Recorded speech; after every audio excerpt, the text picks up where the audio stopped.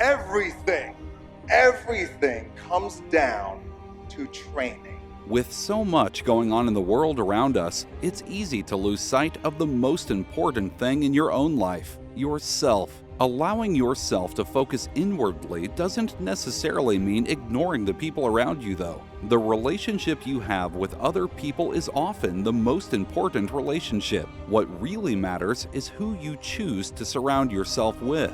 Focusing on you means being around people who will help build you as well. And no matter what life or others may throw your way, stay positive, be yourself, and work with what you've got. There ain't no goddamn team. It was just one man, and he's standing right in front of you.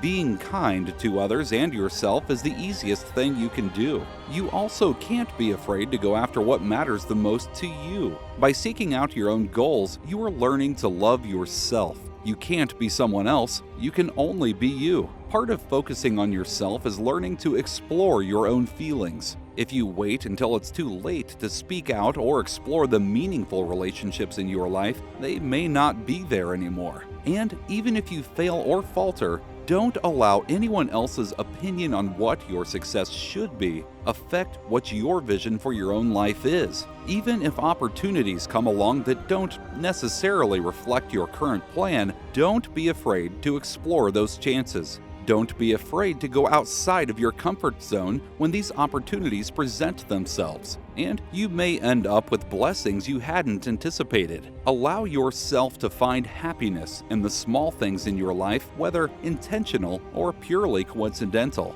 And remember to focus on yourself. You are the only one who can do it. Then you go and you pursue your dream.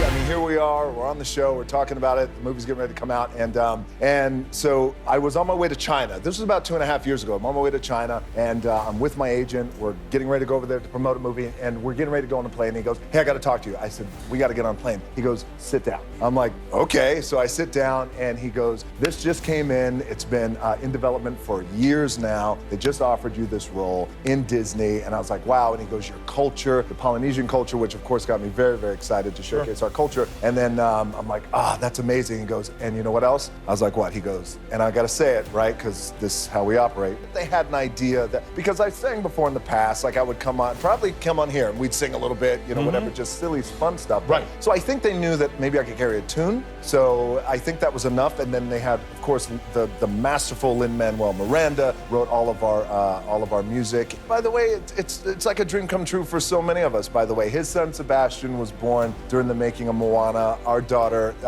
Jasmine was born during the making of Moana. It's all very special. She's 11 months old, and I have a daughter, Simone, who's 15. And here's the crazy thing. So every time I see Moana, I've seen it a few times, it starts off with, of course, baby Moana, who looks just like my 11-month-old Jasmine. And then she grows into this beautiful 15, 16-year-old girl who looks just like my other daughter, Simone. If you're the individual, like say for example, if something was taken away from you, the only thing you ever loved, and you don't have anything to begin with and you have nothing to lose. There's individuals like that out there, man, where they have nothing to lose, and when they get out, they exact revenge and they're happy. When I was 13 years old, you know, as it often happens with us guys, you know, things grow faster than other things, and I had a big afro. I was already 6'3", 6'4", 180 pounds, big afro, pimples everywhere. I stood out, you know what I'm saying?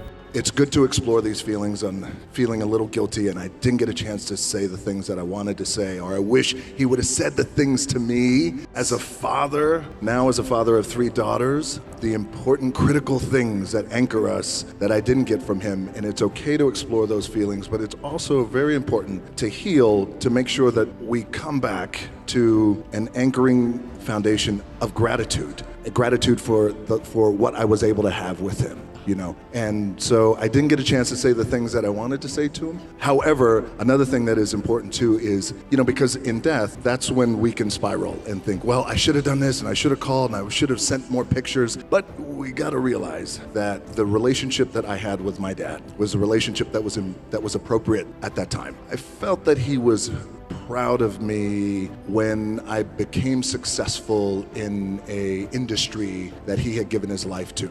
It's the most important relationship I have, is with the people. As I reached a point in my career, I was tired of trying to be something I wasn't. So I was told at that time, listen, you can't talk about wrestling, you can't go by The Rock, you can't be as big. Yeah, it was a lot of things like that. So finally I reached a point where I said, all right, two things have to happen. I'm gonna surround myself with a different group of people, different management, and then I'm gonna make sure that I just gotta be me. I was evicted when I was 14 years old, and then we were forced off the island of Hawaii to move, of all places, we had to move to Nashville. And we lived in a little motel, and I was trying to remain as positive as I could. So my goal was to play in the NFL, and that didn't happen for me. Went up to the Canadian Football League, I played up there. I got cut from there, flew back down to Miami. My old man was living in Tampa. I called him at midnight when I landed. I said, you gotta come get me. On the way back up to Tampa, I said, God damn, let me see how much money I got. I pulled out my wallet, I opened it up, I took out a 5, a 1, and change. And that's why we have $7 per dollar. I heard this quote when I was 15 and back in the lean days, and the quote was, it's nice to be important, but it's more important to be nice.